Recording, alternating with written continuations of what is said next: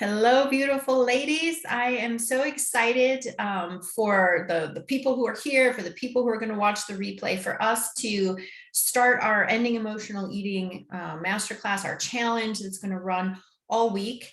And I just and really appreciate you spending time with me. And, I think that the people who are watching the replay, I just want to make sure that you know that you can reach out by email, by in the Facebook community, wherever you feel most comfortable with your comments and your questions, so that you can feel like you're actually participating in this event, even though you can't be here physically live. So I just, again, I appreciate this opportunity because so often I'm talking to people, and maybe it's a quick phone call, maybe it's, a video or an interview I'm doing, and I just don't have the time and the ability to go into what the challenges are all about and what the solutions are, especially. And so for me, this is a really special opportunity where I can, give that bigger picture overview and really dive into some of the areas that you need to know in order to overcome your challenges. So I just want to make sure, who is this for? Make sure you're kind of in the right place. This is for you if you're tired of overeating, if you are tired of eating when you aren't hungry. Maybe you feel addicted to sugar. You don't trust your body. Maybe your definition of a good day or a bad day depends on the food you ate. Maybe your definition of whether you're good or bad depends on the food that you've eaten during the day. Maybe you feel frequently overwhelmed by your challenges with food, or overwhelmed by life in general, which is a big part of this picture. We'll talk a little bit more about that tomorrow. Maybe you're exhausted of battling yourself and food, and you want to embrace a healthy life, but you can't seem to do it for more than a couple of days, or maybe a week or two at a time. Spend a lot of time and energy thinking about what you want to eat, what you don't want to eat, what you've already eaten, all of that.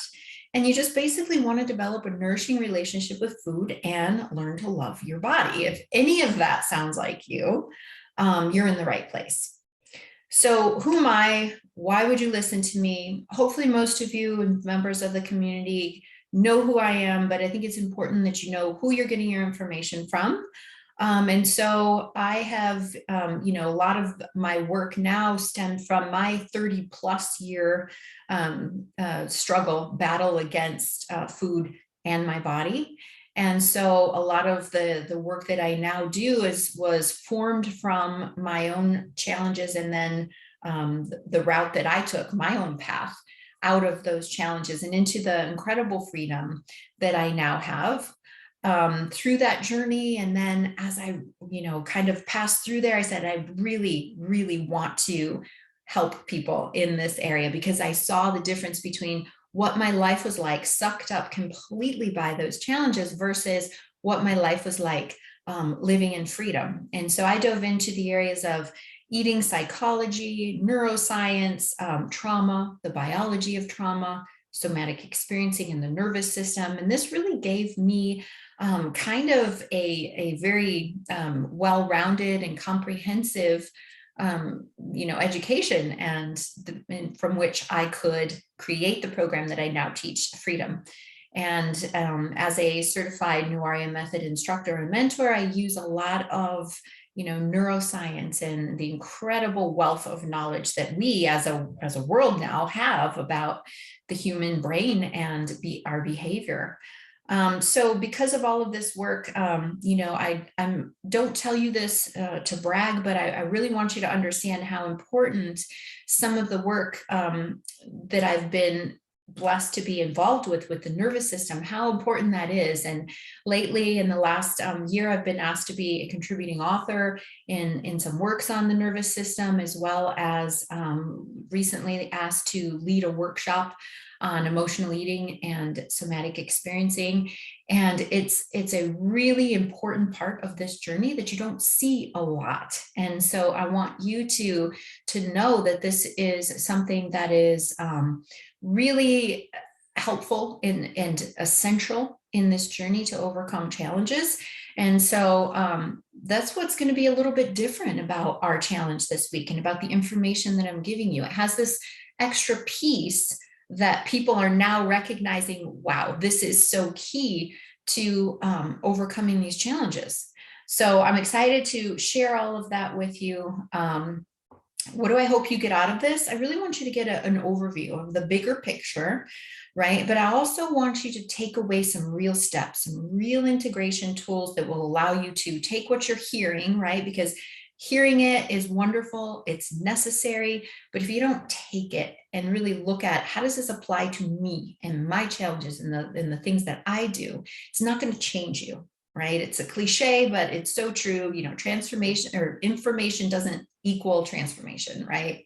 We have to do something. So I want to give you something every day that you can walk away. I want you to try to do it in the time before we meet again, so that we can kind of see how that went for you.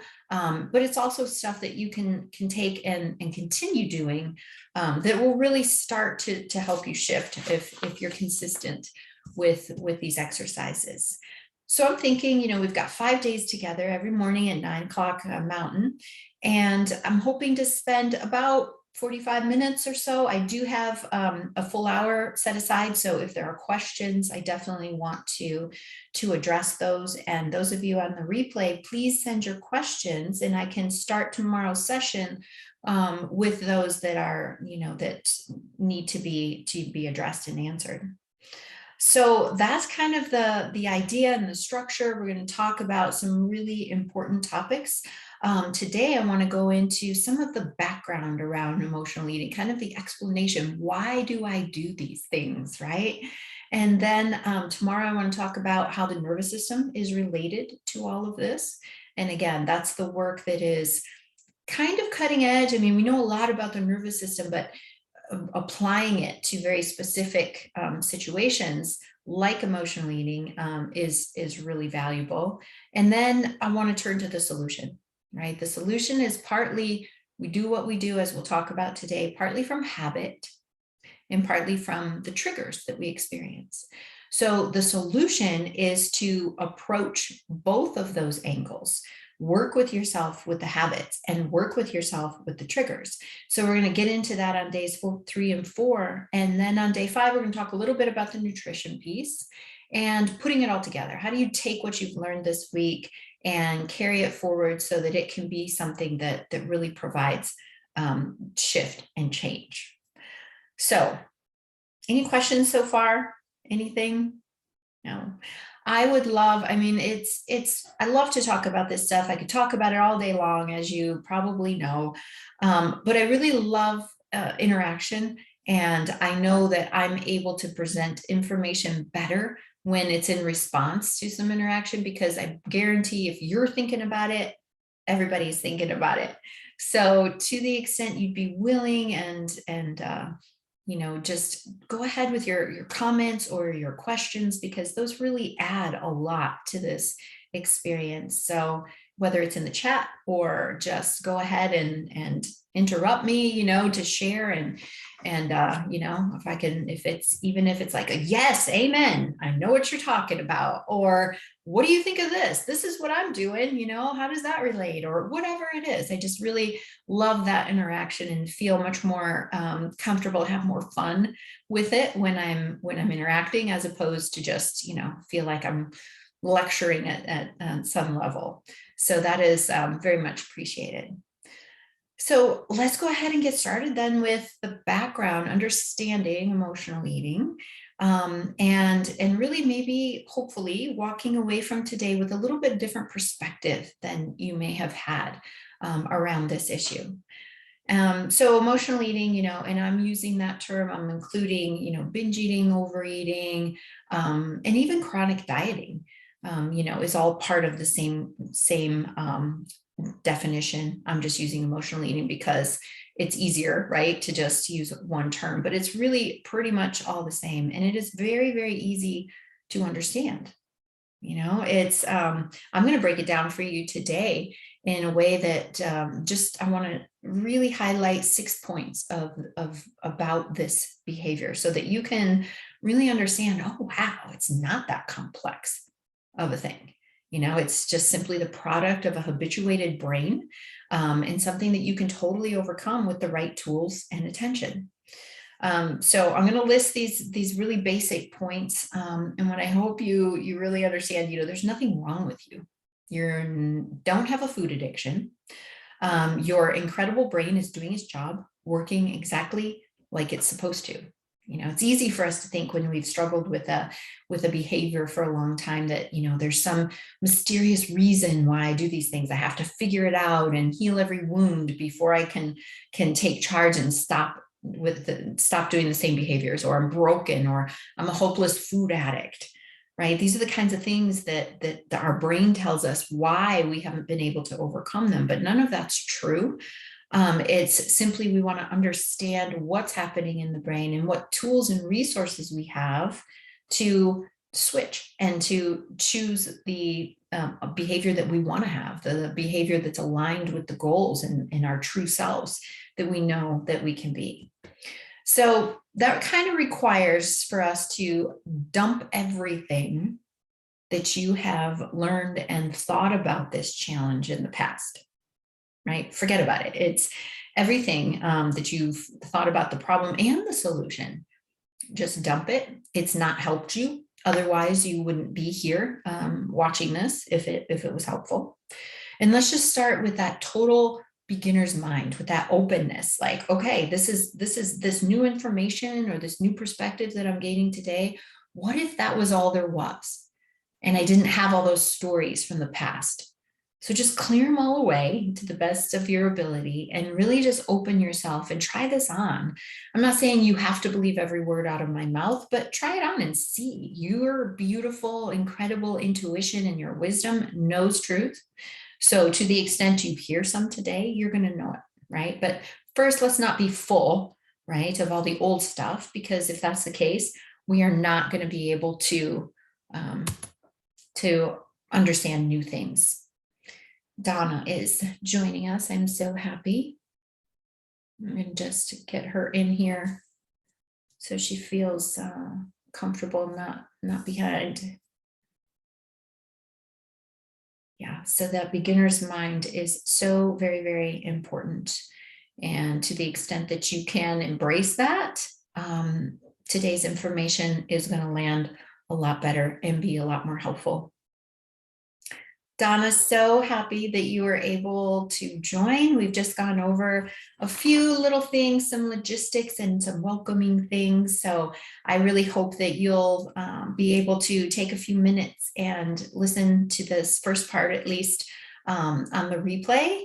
But you're just in time because we're diving into today's main topic, which is a new understanding and awareness with emotional eating, answering that question, why do I do what I do, even though I know I don't want to, right? And as I was saying, it's very simple actually to understand. There's nothing wrong with you. You're not broken. You actually have a very well functioning brain. And in a few minutes, you'll know exactly what I mean by that. So what I'm going to share with you today is probably different, right, than what you've been believing or what you've been taught in the past, as far as what is required to switch out of these behaviors and become that healthy version of you. So let's break down this challenge into some really simple, like I told you, I broke this down into 6 really easily understood bullet points. This is all that's going on with you. There is nothing wrong with you. You do not have some, incredibly addictive personality or anything else. What you have is a well-functioning brain. So number 1, let's start from the beginning, right? Because when you were a baby, you cried most of the time. You were tended to with food, right? That's just how it works.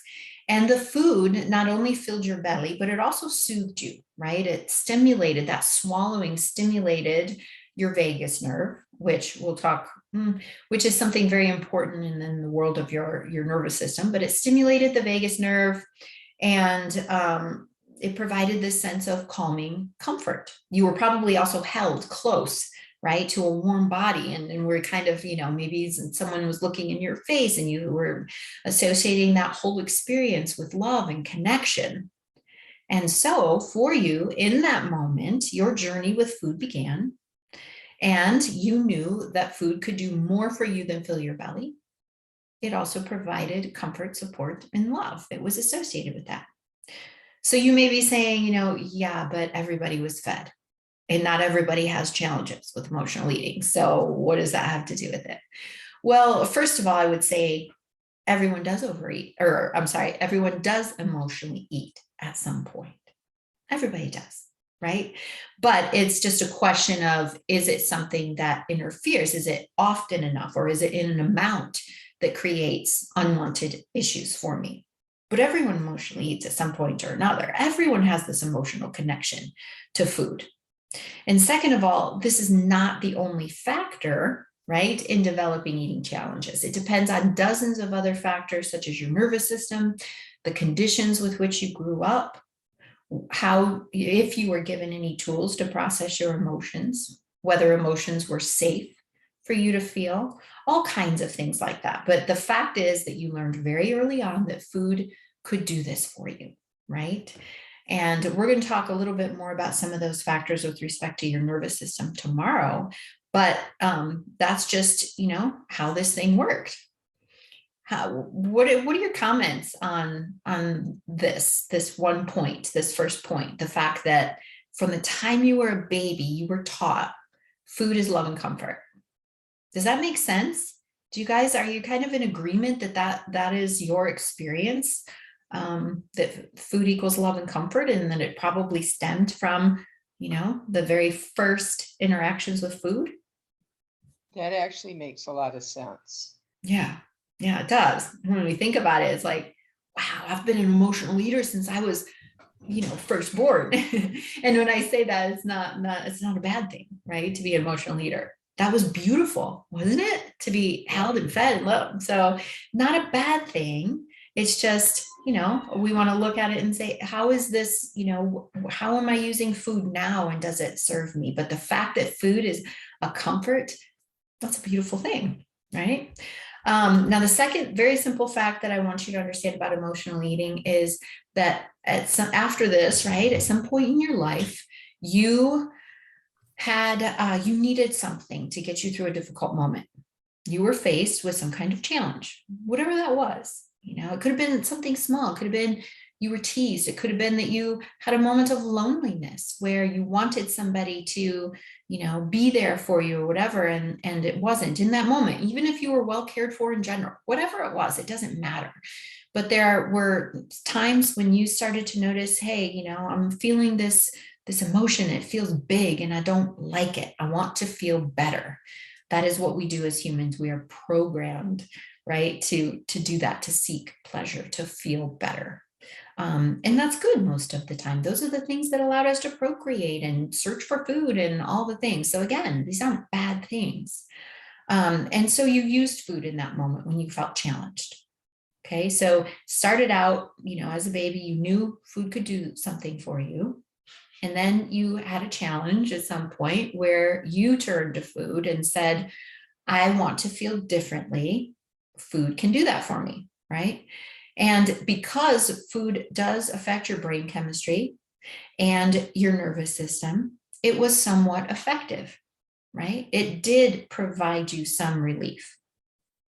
Okay. Now, albeit that relief was probably very short-lived, maybe 10 minutes, maybe 20 minutes.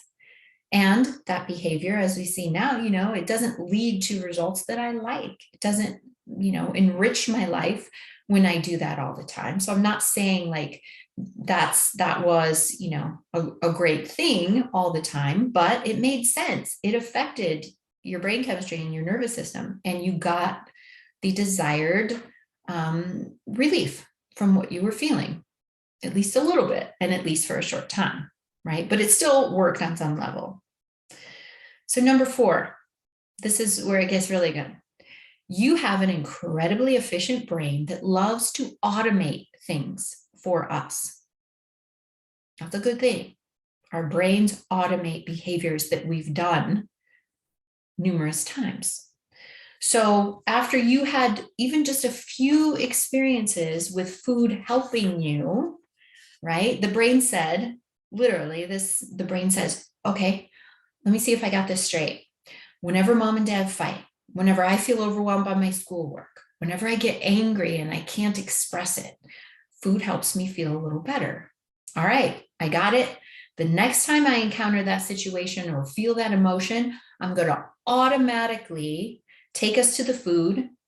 You're not going to have to think about it. I'm not going to bother you with, is this a good idea? Do I want to do this? What are the ramifications? You don't have to go through all that. You've already shown me that it's a good idea and that's what I should do. Why would you have done it this many times if it wasn't a good idea? So the brain put that action, that behavior on autopilot. You don't even have to be, very conscious of what's going on for you to just automatically take that behavior. And again, I've said it already so many times, but this is not a bad system. This is a great system. Can you imagine if you had to put so much conscious effort into driving your car where you were like, okay, I'm driving down the road. There's this and there's the crosswalk. The light is yellow. What am I supposed to do again? Oh yeah, I'm supposed to take my foot off the gas, put it on the brake. Like everything would be so tedious. We wouldn't be able to have very many thoughts outside of what we needed to do in the moment for survival. If our brain didn't do this beautiful thing of automating things for us. It's to the point now where probably all of you can drive while listening to something, maybe putting on makeup, calling to kids in the back, doing like 10 other things because driving has become so automatic. Those of you who play musical instruments, this is how you learn to do that. So it really serves us in a lot of ways, but not in every way, right? This automation that it does for us is not good for us in every situation, right? And luckily, since we're not our brains, we can choose, where do I like automation and where do I not like automation? And we can get in there, get conscious, and rewire our brains in a way that allows us to stop having certain behaviors on autopilot. And that's what this work is all about. So, just to kind of highlight the next point is that every time you repeated that action of using food, right, for whatever reason other than hunger and nourishment, right, that pathway that was associated with the action became stronger and stronger. So not only was it on autopilot, but it became much, much easier to do it every single time. And your brain also is brilliant enough to start saying, well, if it worked in those situations, it might work in other situations. And so the types of situations in which it seemed like a good idea to your brain grew, right? And in response to maybe any emotion that didn't feel doable, whether that was, too much joy. Sometimes people will say, what's going on? Sometimes when I feel excitement, I want to eat. And it's just, that, oh, here's a big emotion. And so our brains, being the incredibly efficient machines that they are, said, okay, any kind of emotion, it may be select emotions for you, or it may be what seems like, all of my emotions are a trigger for me to use food to help them kind of calm down a little bit and just feel a little bit less charged. So the sixth point that I want you to really understand about this is that as a result of this habituated pathway, you now eat in ways that don't serve you. Sometimes for emotional reasons, sometimes simply out of habit. Sometimes people will say, well, I wasn't feeling anything, but I still, did this behavior. I have a habit of eating ice cream at night in front of the TV. I guess I'm an emotional eater, but a lot of times I'm just, not experiencing any emotions. And that could be either that you've become so adept at shutting down your emotions, you can reach for that ice cream even before the emotion is really noticeable by you. Or it could just be that, hey, there's the cue, these are our habits. So that's why I said in the very beginning, when we talk about solution, we're talking about the habit piece that's causing me to have this behavior, as well as what's triggering me to do it. And when we work at both of those instead of just one or the other, that's when things get really effective, because it handles all the situations in which you're feeling challenged with food. So I'd love to just check in with you guys, and you can definitely just, unmute yourselves and join in the conversation, or use the chat if that feels better, or if you're in a situation where, jumping on doesn't work for you. But how does that feel for me to tell you, hey man, your challenges with food, not that, deep. It's very easily explainable by, by neuroscience and eating psychology. That's all it is. What's your reaction to that? Maybe you feel like, oh, wow, I've thought this, incredibly big challenge, and there was something wrong with me. Or maybe you feel some relief, like, oh, that's all it is. That's all that's going on, is I built some pathways, and now I need to figure out how to build other pathways. How's that land for you guys? It seems like it's a simpler solution than what I always thought it was. Yeah, yeah. And that's that brain. Anna says, great news. Yeah, that message from the brain, like, this can be so hard. This is a big challenge, and I'm probably never going to be able to do it anyway. So why should I try again? It's always been this way. This is just who I am. All those kinds of messages, right, are really hard to overcome, because they inform all of our decisions. They inform how we see every situation. So when we're standing there about to make a choice, and the thought comes to mind, hey, I'm kind of bored, I think some food would, really help me get through this moment. If the thoughts behind that are, yeah, this is just what you do. This is such a big thing. You're addicted to food. This is who I am. I can't make any changes. Then of course you're going to follow through with that action. But if you're standing there in that moment and you're recognizing, oh, isn't that interesting? My brain, I taught it so many times, boredom is the food is, eating is something to do. I feel a little better. This is a good idea. That's all that's happening. It's just my brain, following through with what I have taught it. But I don't have to follow my brain. We are not our brains. We get to choose. So, a lot of this work is about, how do I take back that automated behavior of my brain? How do I get in there and act as myself, instead of just, the brain and its patterns from the past?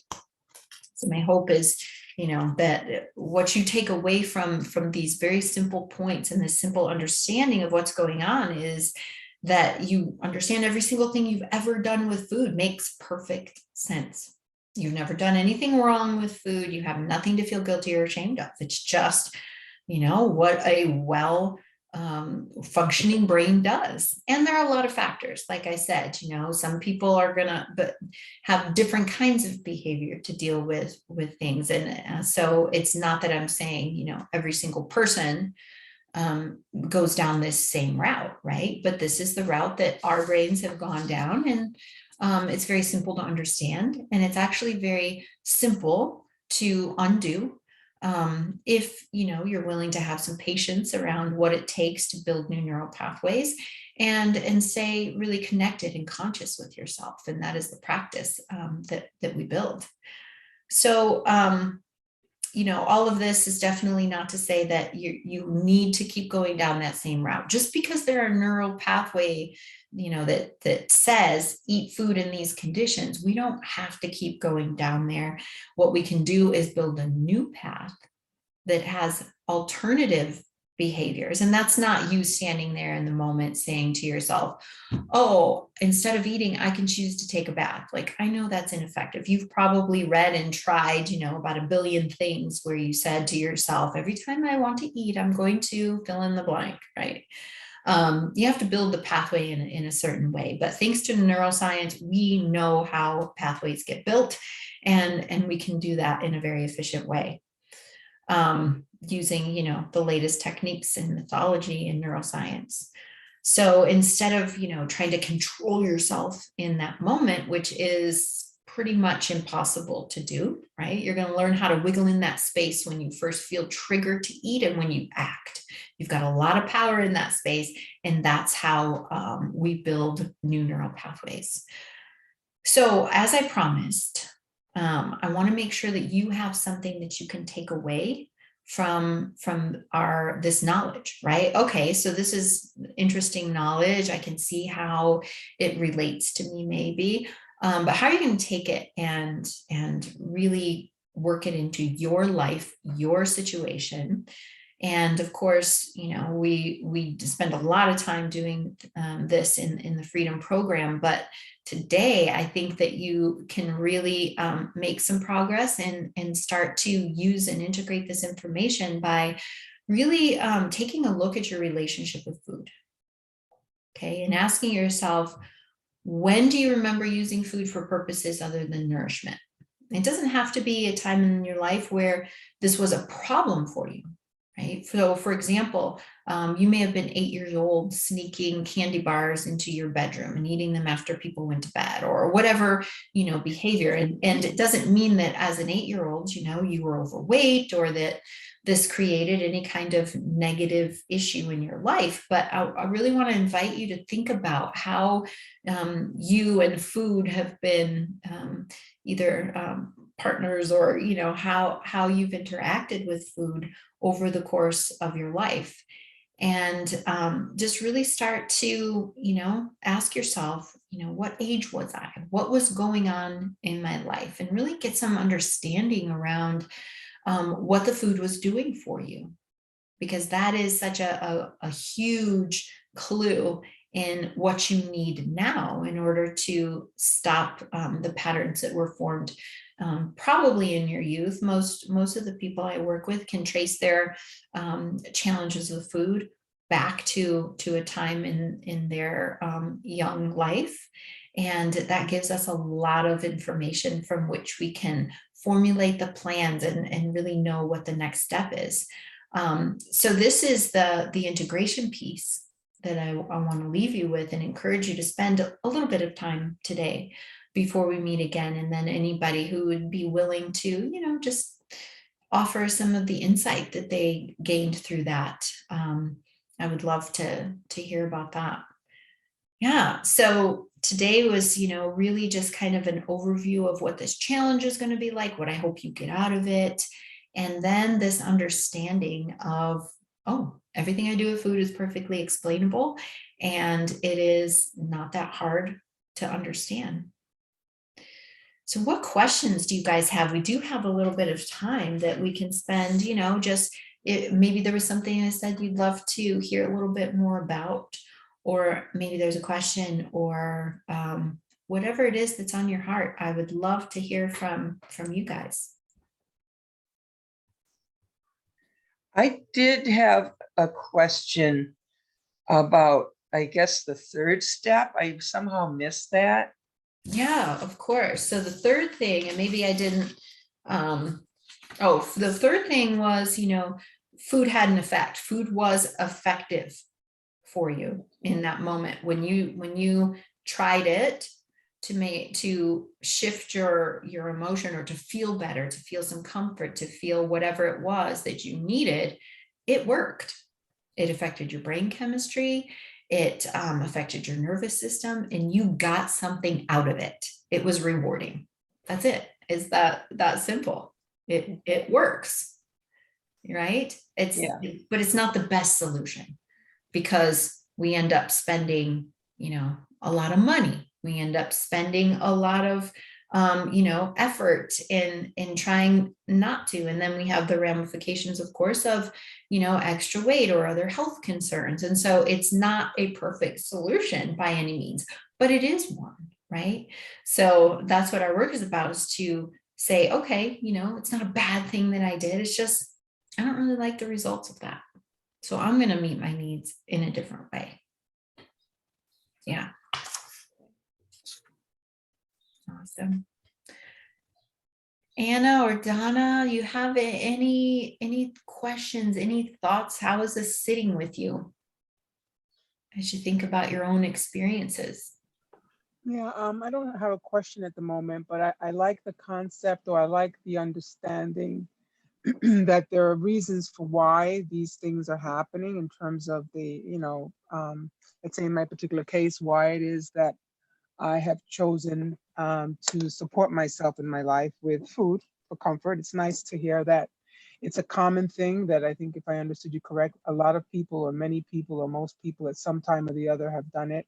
And I like the clarification that you made, or that the explanation that there's a reason for it. There's a biological reason. There's a, there are reasons, scientifically based reasons for why I'm responding or I'm reacting in this particular way. Mhm. And that those particular, you know, schools of thought, or those particular methods that are scientific, and that the solution will come from that. It's not that I'm bad. It's not that I need to go on a diet and only eat, 100 calories a day and 100 carrot sticks and that's it for dinner.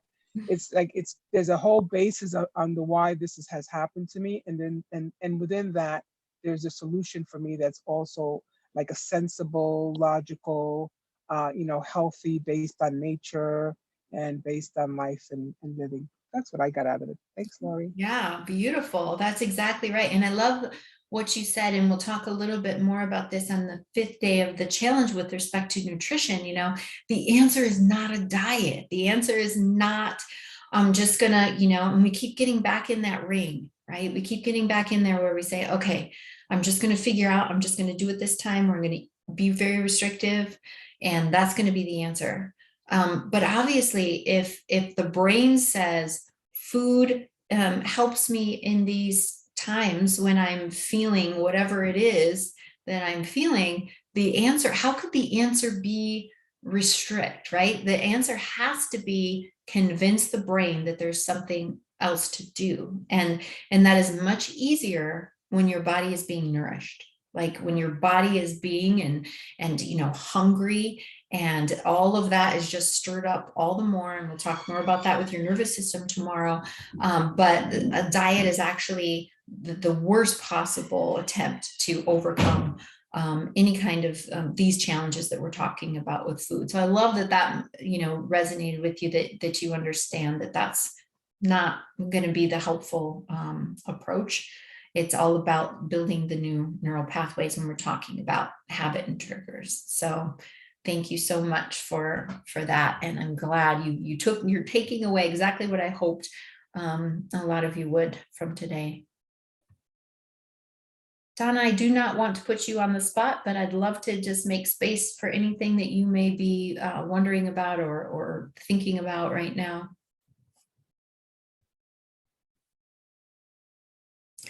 And Can you hear me? yes, we can hear you fine. Okay, sorry. I'm catching I'm a bus driver, so I'm in between my runs and I have a late show tonight. So So you are making it work. Good for you. That shows that you are, you're ready to make some changes, doing what you can to be in here and to be learning. I was listening to you earlier talk about emotional eating and about growing up, and how as a kid I was never able to express my emotions. Yeah. And that tells me a lot. I'm an emotional eater. So yeah, and it makes perfect sense, doesn't it? yes, it does. Yeah. And I'm thinking I want to go eat something right now. Yeah, you're feeling that way right now? I just have a lot on my plate. Yeah. Just a lot going on, that's all. Yeah, yeah. And I really love that you're making that connection. When I have a lot on my plate, when I have a lot going on, I want a lot on my plate, right? Kind of that connection. Yeah. And I hope that you can either be here tomorrow morning or listen to the replay, because tomorrow morning is really going to help you understand why having a lot going on, your nervous system is really, it's in survival mode. It's like, it feels, like it's dangerous. Oh my gosh, there's all this stuff to do. And our nervous system doesn't know the difference between, say, being chased by a wild animal and having a lot going on in our lives. Our nervous system sees that as the same. Hey, there's danger. I need to do something to help my nervous system calm down. So that's why food makes perfect sense, because it does that for us. Right. So, yeah. So you are actually, your brain is protecting you and making this decision for you in a very automatic way so that you can, do the best to take care of yourself. It's the best that you have right now today, but you're going to learn tools and you're going to have strategies that allow you to, help yourself in a different way that doesn't involve food so that you can, have the relationship with food that you want and be the healthiest version of you. So how does that feel? Good. I'm looking forward to it. Good. So, Good. yes. Yeah. Well, thank you for making this happen, for even with a lot of things on your plate. A lot of times people will say that I'm just too busy right now, to deal with this. And it's like, if once you start dealing with it and you move this off your plate, this challenge, the time and energy and life force that you spend on the challenge with food, when you take that out of the equation, you have so much more capacity for the things that you have in your life. And so, that's just a story. I can't do it. I don't have time. It's kind of, the exact opposite, because when you deal with it, then you have more time and space to live your life. And a lot of the work actually involves, building capacity for yourself so that you can handle things and they don't seem as big as they may seem right now. So good for you for making it happen. It just goes to show, like, if this is important, when I decide that this is what I'm going to do, there's a way to make it happen. So thank you for sharing time with us and for being here. Yes. Thank you for having us. I appreciate it. Yeah, absolutely. One of my favorite things to do.